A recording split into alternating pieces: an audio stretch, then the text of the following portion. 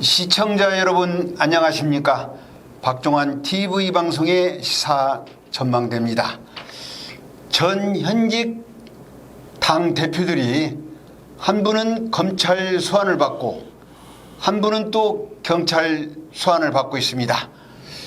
이재명 민주당 당 대표의 검찰 소환으로 이어지는 사법 리스크, 과연 이재명 당 대표가 방탄조끼를 벗어던지고 구속될 것인가, 또는 이준석 전 국민의힘 당대표는 성접대 의혹으로서 정치권을 영원히 떠날 것인가.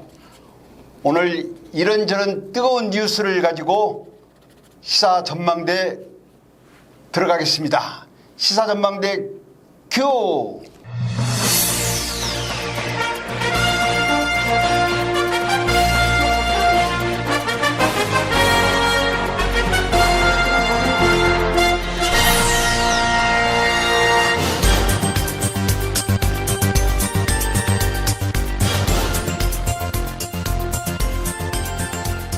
네, 오늘 또 시사 전망대를 같이 진행하기 위해서 강종태 시사평론가님을 모셨습니다. 예, 안녕하십니까. 초속 50m의 강풍을 동반한 태풍이 네. 남쪽에서 올라오고 있습니다. 피해가 없도록 만전을 기해 주셨으면 좋겠습니다. 인사드립니다. 강종태입니다. 네, 가을의 남자, 예. 우리 강종태. 가을의 남자가 추남이에요, 추남. 추남이요? 예, 가을 추자. 예, 예. 추남입니다. 네. 예. 추남인데 미남이네요. 예, 아닙니다. 네. 추남. 자, 본 토론 들어가기 앞서서 세상 얘기 한두 개 재밌게 한번 풀어봅시다. 예. 지난번 방송에 예. 비선 실세 사회 단체장이나 뭐 지방자치 단체장의 그 비서들 있지 않습니까? 예, 예. 그리고 또 뭐 사회 단체는 뭐 사무총장이나 총무들 있지 않습니까? 예, 예. 이런 사람들이 꼴값을 떤다고 지난 방송에 한번 우리가 얘기를 했죠. 예, 그랬죠. 그랬더니 많은 사람들이 참 재미있더라. 응? 제가 한번 국어 사전을 한번 을이라는 그 단어를 한번 국어 사전 한번 찾아봤어요. 예, 예. 국어사전에 의리. 예. 국어사전에 이제 어떻게 나오냐면 이제 명사인데, 예, 의리하면 긴보성인데. 예. 사람과 관계에 있어서 지켜야 할 바른 도리. 지켜야 할 바른 도리. 예. 도리. 인간 사이에서 사람과 관계에 있어서 지켜야 할 바른 도리를 의리라고 합니다. 예, 예. 근데 흔히 의리라고 하면은 부정적으로 보든 뭐 조폭 건달세계의 의리라고 그렇죠. 생각하는데, 예. 그렇지 않아요. 우리 사회생활에서 이 의리가 있어야 합니다. 그렇죠. 예, 맞습니다. 바른 도리를 지켜야 합니다. 나는 그래서 저희들은 어릴 때부터 선배들한테 교육을 받아서 그러는가, 의리가 없는 그 엉덩이에 뿔난 사람들을 보면 그냥 정말로 그냥 가만히 그냥 어떻게 한 방 그냥 쥐어받고 싶은 그런 마음이 충동이 일어납니다. 예. 그래서 우리가 항상 이 사회에서, 정치도 마찬가지예요. 정치도 의리를 지켜야 합니다. 자, 본격적으로 토론 들어가겠습니다. 윤석열 대통령과 민주당 이재명 당대표가 치열한 대선 전국 이후에 예. 첫 번에 전화 통화를 했어요. 그렇죠. 이 야당 당대표와 대통령 전화 통화 어떻게 보십니까? 예, 그렇습니다. 긴 여정의 더불어민주당 경선 과정을 통해서 제1야당의 당대표로 선출되신 이재명 당대표님 먼저 축하의 메시지를 박종환 TV에서 먼저 축하의 메시지를 아이고, 드립니다. 경우 있으시네. 예. 역시 민주당 성향이라고. 지난 지방선거 때 이재명 그 대선 후보를 위해서 열심히 막 길거리 운동하고 그러더만. 2달 동안 최선을 다했습니다. 자, 먼저 축하를 드리고요. 네. 그런데 안타깝게도 당대표 취임 5일 만에 검찰에서 내달 이번 달이죠. 9월 6일까지 조사를 할 때니 소환 통보가 이렇게 갔습니다. 네. 그런데 권성동 국민의힘 원내대표가 그 텔레그램 네. 그 문자 메시지가 굉장히 소동이 컸지 않습니까? 그렇죠. 근데 이번에도 이재명 당대표께서 국회의원실에서 거기가 808호죠? 네. 국회의원실에서 핸드폰이 그 텔레그램 문자가 기자에게 어떻게 목격이 됐던 모양이에요. 예. 그래서 지금 그것이 일파만파 커지고 있습니다. 그런 상황인데 저는 그렇습니다. 우리나라가 양당 체제이지 않습니까? 국민의힘을 보면은 정말 누구 하나 칭찬할 국회의원이 없어요, 현재. 그래서 꺼져가는 촛불이다, 이렇게 단언을 하고요. 더불어민주당은 그래도 야심차게 경선 과정을 통해서 한 명의 당대표와 최고위원 5명이 선출이 됐어요. 그래서 상당히 지금 의욕이 찬 새로운 그 지도부가 탄생이 되지 않았나 이런 생각을 하고 있습니다. 네, 아주 그 강종태 시사평론가님이 그 민주당 성향이라고 해서 아주 자화자찬하는데 제가 볼 때 민주당 옛날에 그 꼬마 민주당이라고 있었어요. 예. 꼬마 민주당이라고 그 이 후반부에 또 이제 그 얘기도 또 이제 하겠지만은 어떻든 간에 제가 보기에는 그 윤석열 대통령과 이재명 당대표의 방금 말씀하신 대로 예. 이제 뭐 이재명 당대표하고 뭐 윤석열 대통령 싸우는 건 아니지만은 예. 하여튼 전쟁이 지금 시작된 것 같아요. 그렇습니다. 예. 근데 뭐 권성동 우리 그 국민의힘에서는 전쟁이 아니고 범죄와 전쟁이다. 예. 범죄와 전쟁이다. 이재명 예, 예, 당대표가 예. 그런데 뭐 사건이 많지 않습니까? 요거는 좀 짚고 넘어가야 됩니다. 네. 28일 날 전당대회에서 수락 연설을 이재명 당대표가 했는데 민생을 얘기를 하면서 지금 가장 민생이 중요하잖아요. 민생을 얘기하면서 영수회담을 윤석열 대통령에게 제안을 했습니다. 그리고 또 29일 날 다시 영수회담을 제안을 했어요. 그래서 저는 이 말씀을 꼭 드리고 싶습니다. 현재 국민의힘은 친윤이라고 하는 장제원, 윤성동 이런 사람들이 이선으로 후퇴를 하는 그 어떤 입장 표명을 하고 있고요.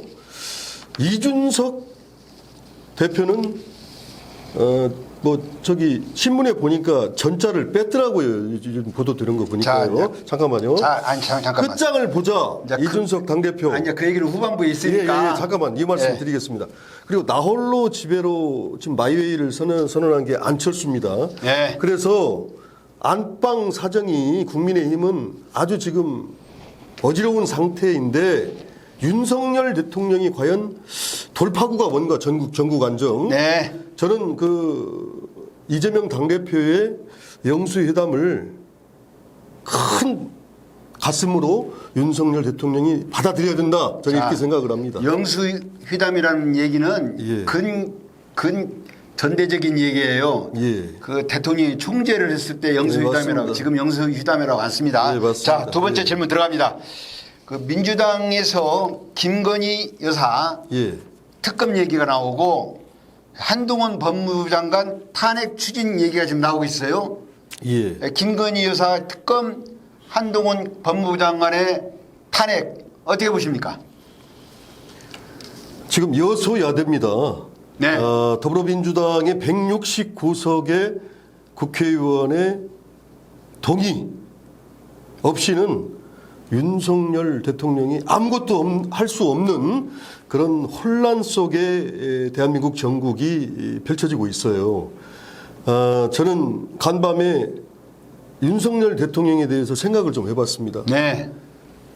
윤핵관들로 인해서 그리고 날뛰고 있는 전 당대표 이준석이를 통해서 과연 국민의힘을 이 나라를 어떻게 통치할 것인가 고민이 많을 겁니다. 왜 이 말씀을 드리냐? 그 핵심 세력인 지금 현재 한동훈 법무장관 그리고 매일 밤을 지새우면서 동고동락을 하고 있는 우리 김건희 여사의 특검 주장, 이거 보통 일이 아니죠. 저는 이 말씀을 꼭 드리고 싶습니다.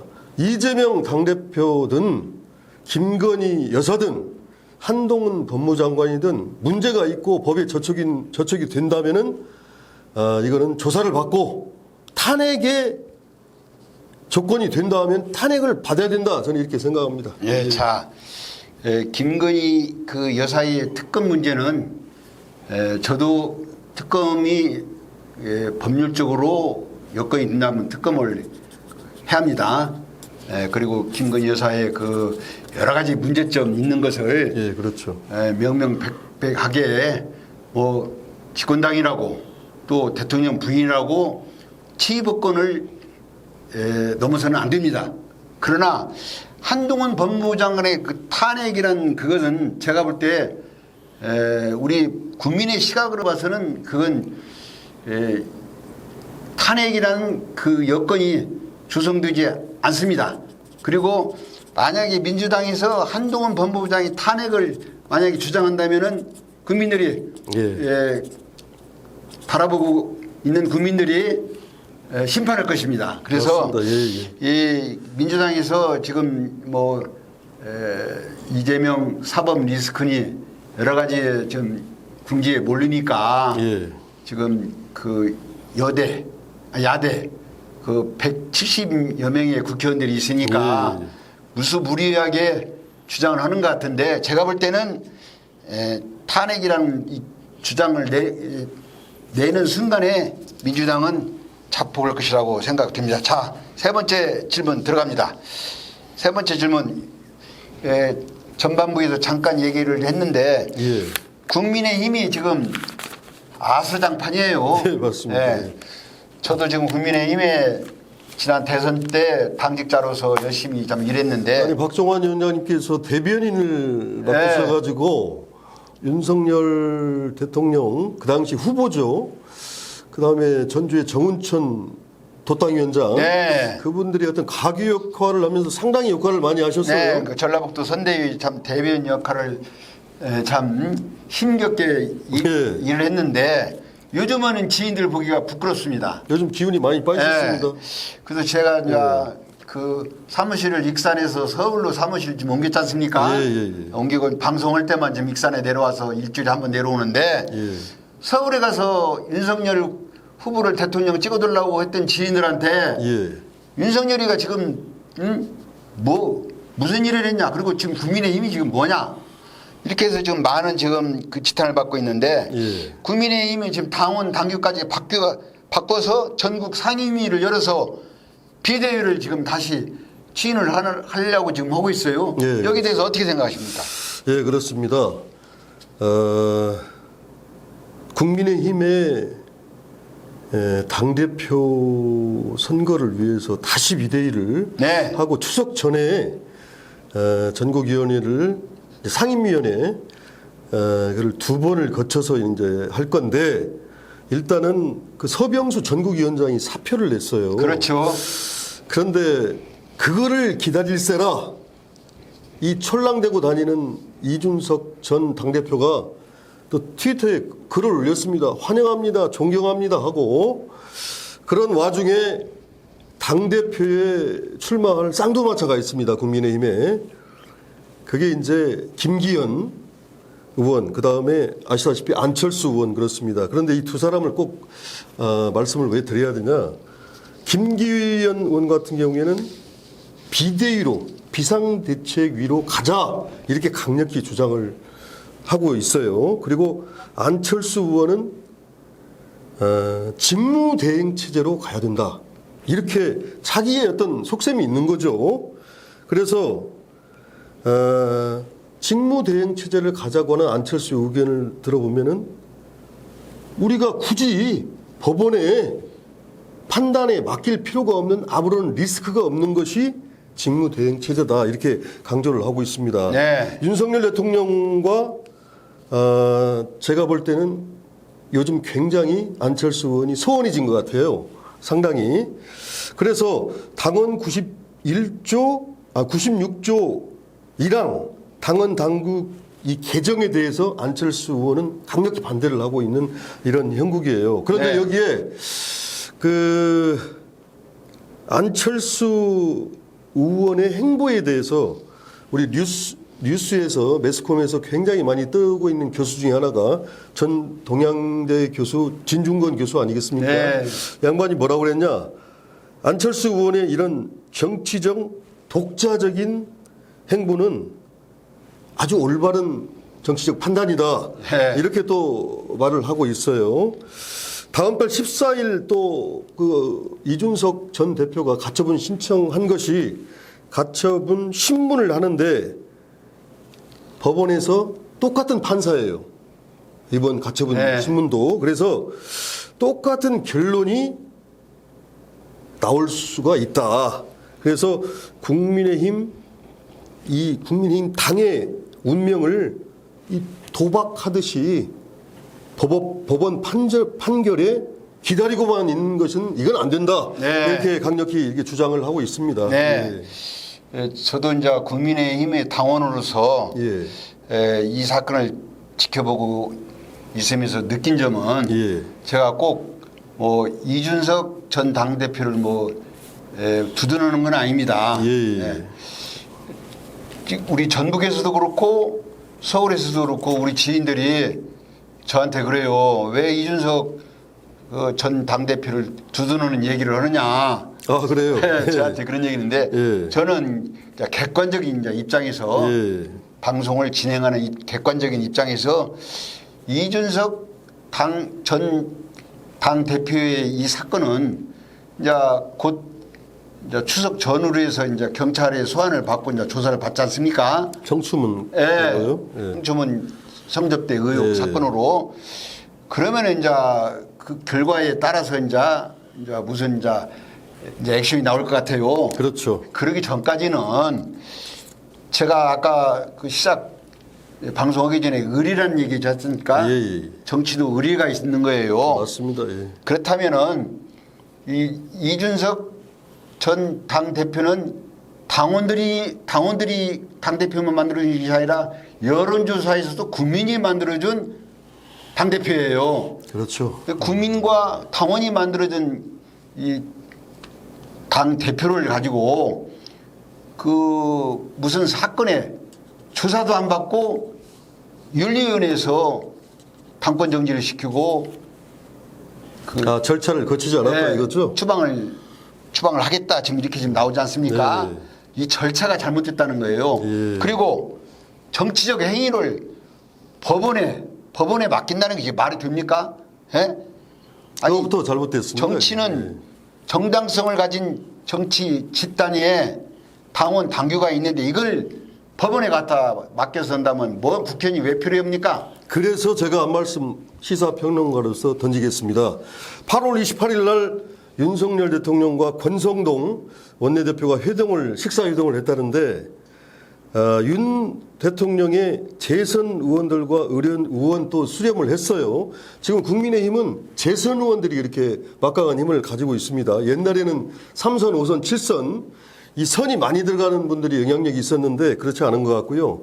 제가 꼭 드리고 싶은 말은 가장 아쉬운 거는 권력의 탐욕 속에 포기를 못하는 정무적 감각이 없는 권성동과 윤핵관들의 모습입니다.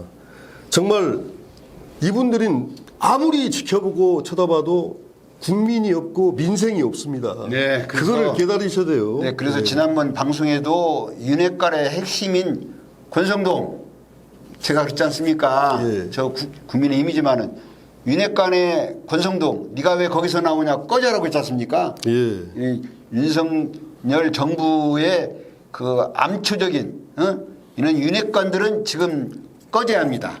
예, 윤핵관. 위원장님, 네가 왜 거기서 나와 그러는데 권성동은 뭐라고 하냐? 왜 나만 갖고 그래요? 그래. 자. 이준석을 제거하는데 제일 앞장선 사람이 장제원입니다. 네. 장제원인데 장제원도 꺼져야 합니다. 그렇지. 장제원도 안 장제원도 꺼지는데 꺼져야 권성동 왜 나만 갖고 그래? 지금 그런 형국이에요. 이제 둘 다 지금 꺼질 것 같아요.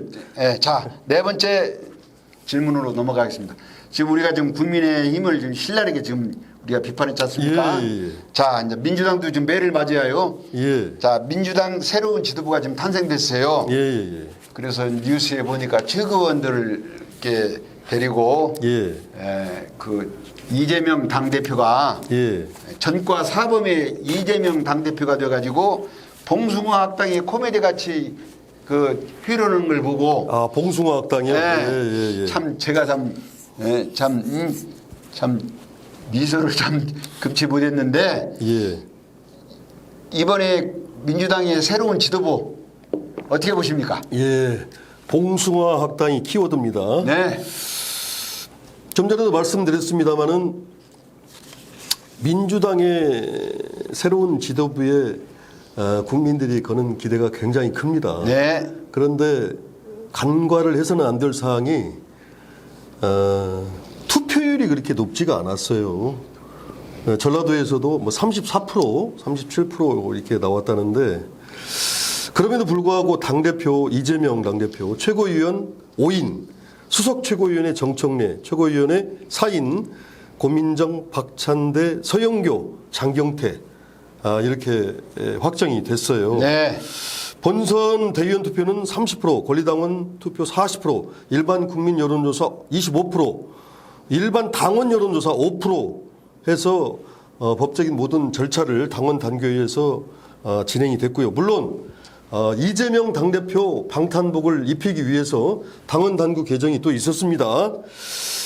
그런데 국민의힘이 아까 말씀드린 대로 엎어진 화롯불이라면은 이 민주당의 최고위원들에게 꼭 드리고 싶은 말이 저는 있습니다. 뭐냐?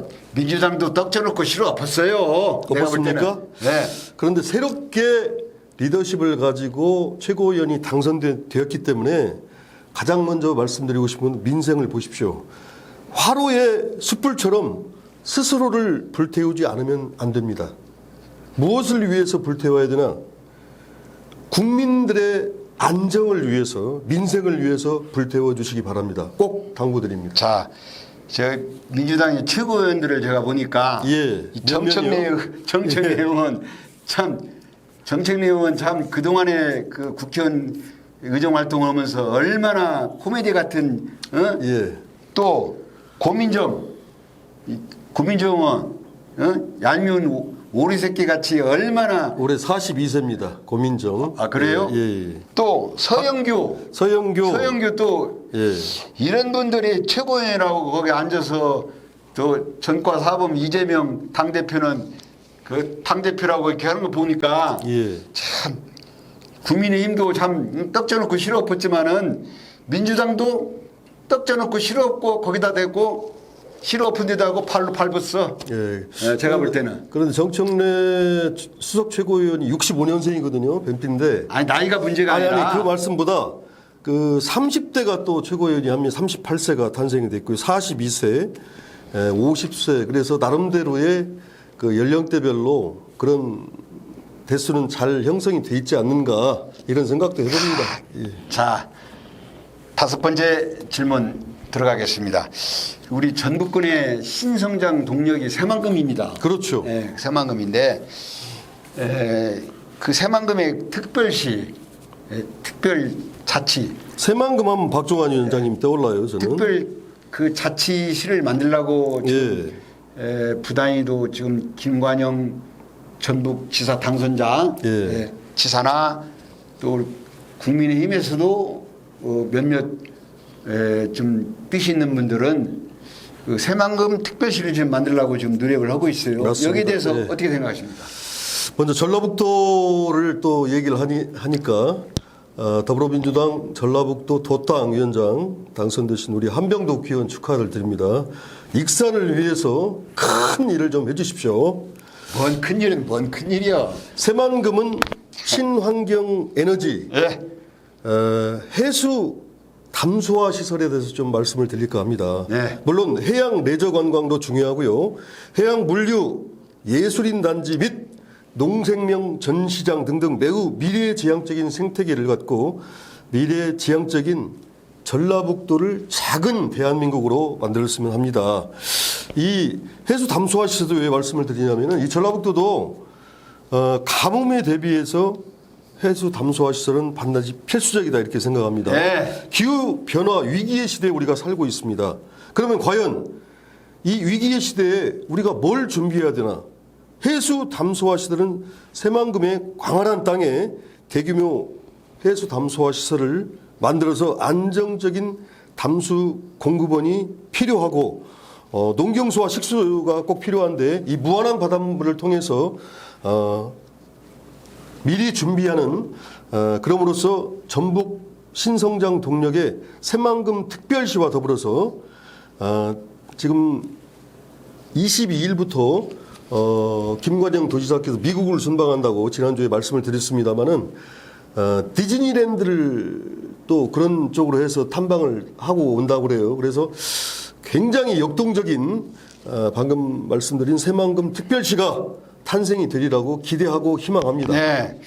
이 새만금 특별시 문제는 지난 이명박 정부 때도 시도를 한번 새만금 특별시를 만들려고 했습니다. 맞습니다. 예. 제가 그 전 강현욱 전북지사 그리고 그 중앙에서는 농수산축산부 장관도 하고 환경부 장관은 하신 강현욱 장관님을 제가 서울에서 제가 이제 모셨었어요. 예. 새만금 코리아라고 이제 그 단체에서 그 이명박 정부 때 이 강현욱 전 장관님께서 대통령 직속의 지역 균형 발전위원회가 있어요. 지역 균형 발전이에요. 네, 지역 균형 발전이라고 거기 지역 균형 발전위원장이 그 강현욱 전 장관이었습니다. 이명박 정부 때 그때 지역 균형 발전위에서 새만금 특별시를 만들려고 군산, 김제, 부안을 이렇게 세 시군을 합쳐서 인구 100만에 버금가는 그런 도시를 만들려고 다 계획을 짜서 그 이명박 정부 대통령실에 올렸는데 이 군산시하고 부안 군하고 김제시 지방자치단체장들이 반대를 했어요. 왜냐하면 새만금 특별시가 되면은 이제 뭐 부안 군도 없어지고, 그렇죠. 김제시도 없어지고, 서로 다른 유불리를 계산을 했겠죠. 군산시도 없어지지 않습니까? 새 지방자치에서 반대를 해서 그때 뜻을 못 이뤘는데 우리가 이렇게 지역 균형 발전이나 국가 균형 발전을 보면은 큰 틀에서 봐야 합니다. 작은 틀에서 보면은 발전할 수가 없어요. 지금 생각하면은 그때 만약에 강현욱 장관님이 올린 새만금 특별시가 만약에 그때 추진이 됐다면은 지금 새만금이 지금 이 모양 이 꼴이 지금 안 됐을 거예요. 맞습니다. 그 특별시가 되면은 정부의 예산도 많이 가꿀 수 있고, 그렇죠. 또 특혜도 많이 가꿀 수 있어요. 맞습니다. 그리고 유자유치 시키는 것도 조건들이 상당히 좋아요. 또 세금 감면도 많이 되고. 그렇죠. 그렇다면은 지금이라도 김관영 전북 도지사님께서 우리 김관영 도지사는 새만금에 대해서는 또 애착이 많거든요. 많습니다. 그렇다면은 새만금 특별시를 우리 김관영 도지사 임기 안에 특별시를 좀 만들었으면 우리 전북이 신성장 동력으로서 국가 발전에 큰 이바지를 할 수 있지 않냐 저는 그렇게 생각이 듭니다. 지난번에 차를 마셨는데 김관영 도지사의 그 열정, 그 새만금에 대한 그 목표 의식이 뚜렷하고요. 열심히 해서 반드시 이루리라고 확신합니다. 저 역시 우리 김관영 도지사를 신뢰를 하고 새만금 특별시가 반드시 이루어질 수 있도록 우리 본 방송에서도 앞으로 시간 있을 때마다 새만금 특별시에 대해서 자세한 그 준비를 하겠습니다. 알겠습니다. 자, 끝으로 우리 익산시 정원율 시장이 지난 선거 때 특별 5대 공약 중에 수변도시 공약상이 있었어요. 지금 수변도시 공약상 지금 어떻게 진행되고 있고 이 수변도시 어떻게 보십니까? 선거에 승리해서 당선되는 것도 중요합니다만은 민생 안전과 시의 발전을 위해서 단체장들은 공약 실천에 충실해야 된다고 이렇게 생각합니다. 특별히 대한민국을 새롭게 리더하고 있는 우리 윤석열 대통령님께 한 말씀 올리겠습니다. 익산역에서 많은 군중 앞에서 말씀드리고 약속한 그 공약대로 지역 균등 발전을 위해서 전라북도 특별히 우리 익산시에 공약한 게 굉장히 많습니다. 네. 국가식품 클러스터를 비롯한 그렇죠. 농생물, 네. 농생명 식품 이런 공약들을 많이 했는데 꼭 공약을 지켜주시기를 바라면서 익산시 발전을 위해서 삼선의 시장에 당선이 되신 정원율 시장님의 5대 공약 중에 이 수변도시는 빼놓을 수가 없습니다. 만경강 수변도시는 우리 익산시와 김제시가 연동해서 매우 아름다운 산책로를 또 야간 조명, 다리를 새로 만들어야 하는 과제가 있고요. 기반 시설이 있는 춘표면 소재지 주변에 관광지 차원에서 철길이 이렇게 있습니다. 네. 그 옆으로 전망대 겸 새로운 볼거리를 창조하면서 수변도시까지 걸어가면서 볼거리를 제공하는 적용을 하면은 금상첨화일 것 같습니다. 네. 기존의 신도시를 생각하지 말고 좀 사고의 틀을 깰 필요가 있지 않나 이렇게 그렇죠. 생각합니다. 그래서 누구도 생각지도 못한 미래형 친환경 도시, 친환 에너지로 탄소 중립 모범도시 익산시 새만금과 연결을 해서 미래형 친환경 탄소 중립 도시로서 농촌과 최첨단 ICT 기술이 결합된 수변도시가 탄생되리라고 믿습니다. 네. 왜 이 수변도시가 새만금과 연결이 돼야 되냐? 만경강 수변 도시 사이에 새만금과 그 사이에 제가 바라는 게 있다면은 작은 유람선을 띄워서 오가는 것을 시사평론가로서 적극 추천을 합니다. 네. 예, 새만금과 춘포를 수변도시에 그러니까 전라북도와 익산시가 연결이 되는 겁니다. 완성을 통해서 전 세계적으로 모범적인 관광도시 익산시, 네. 지구를 위한 탄소 중립을 넘어 탄소제로 다시 뛰는 익산시, 발전하는 익산시, 익산시장 정원율 시장님만이 새만금과 연결되는 수변도시 완성을 28만 익산 시민들을 위해서 반드시 만들어 주시라고 확신합니다. 꼭 우리 시사평론가가 익산시 홍보대사 같아요. 아, 이렇습니까? 제 생각에도 많이 연구하고 있습니다. 네, 제 나름대로. 제 예. 생각에도 그 정원율 시장의 공약 중에 예. 제가 한 두세 가지는 제가 뭐 잘했다고 좀 칭찬해주고 싶어요. 예, 예, 예. 그 첫째가 이제 잘하는 게 맞습니다. 예. 잘하는 거 많아요. 내가 볼 때는 잘하는 것보다 못하는 것이 더 많은데. 제가 볼 때는 그래도 잘하는 게 맞습니다. 자, 예. 그래도 이 두세 가지는 제가 칭찬해주고 싶어요. 예, 역대 시장에 비해서 예. 잘하는 게 많다는 자, 거죠. 그 역세권 광역 그 교통망 예. 그건 좀 자랑해주고 싶고. 아이, 그럼요. 예. 또 수변도시. 수변도시. 예. 수변도시는 그 만경강 그 일대가 예. 전주에서도 10분 거리, 예. 혁신도시에서도 뭐 5분 10분 거리, 그렇죠. 익산에서도 5분 10분 거리. 예. 그 수변도시만 정원율 시장이 그 공약대로 잘 이룬다면은 아마 익산시가 제2의 전라북도에서 예. 신성장 동력에 예. 그런 힘을 얻을 것 같아요. 앞으로 정원율 시장님 임기에 수변도시가 완성이 되면은 28만의 인구가 저는 35만으로 늘어날 겁니다. 반드시. 네, 그래서 한 2, 3년 전에 제가 만경강 춘포 그 일대를 한 10만 평 이상 예. 생명체 테마 물고기 마을이라고 있어요. 예, 맞습니다. 그 예. 완주에 있지 않습니까? 예, 예, 예. 그 물고기 마을을 익산시와 MOU를 내가 체결해 줬어요. 아, 그렇습니까? 예, 예. 체결해서 그 춘포면 일대에 힐링 물고기 마을 테마 그걸 만들어서 아유, 잘하셨네요. 관광객들한테 유치해보자.